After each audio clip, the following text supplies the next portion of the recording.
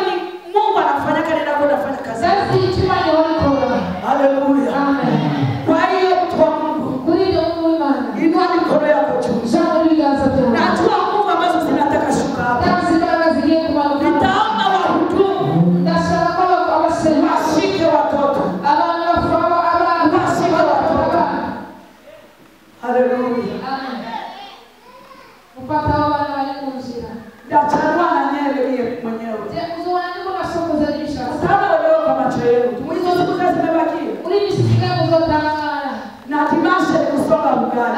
Kwa Mungu tuzosanga ugali. Tena utamu hauna hata picha moja. Ugali leo utafishe amafu. Tafsiri katika Mungu. Nimemalizia ambako sijui mikono yangu liko zipo mpaka kesho. Na hangalikia mambo anuhage mambo ya ngusta hamenya. Na watu wakanikatisha tamaa. Abantu bachi nege. Umeweka tamkataji hana mikono. Ukaona zogeleza kuweka msema wako. Lakini Mungu amefanya kuli vipande vya mikono. Kuko imani agiza kuli viche vya wako. Nimemvalisha pete mume. Na mwambi sipete kwa wako. Ambayo ni pete ya kubariki ndoa.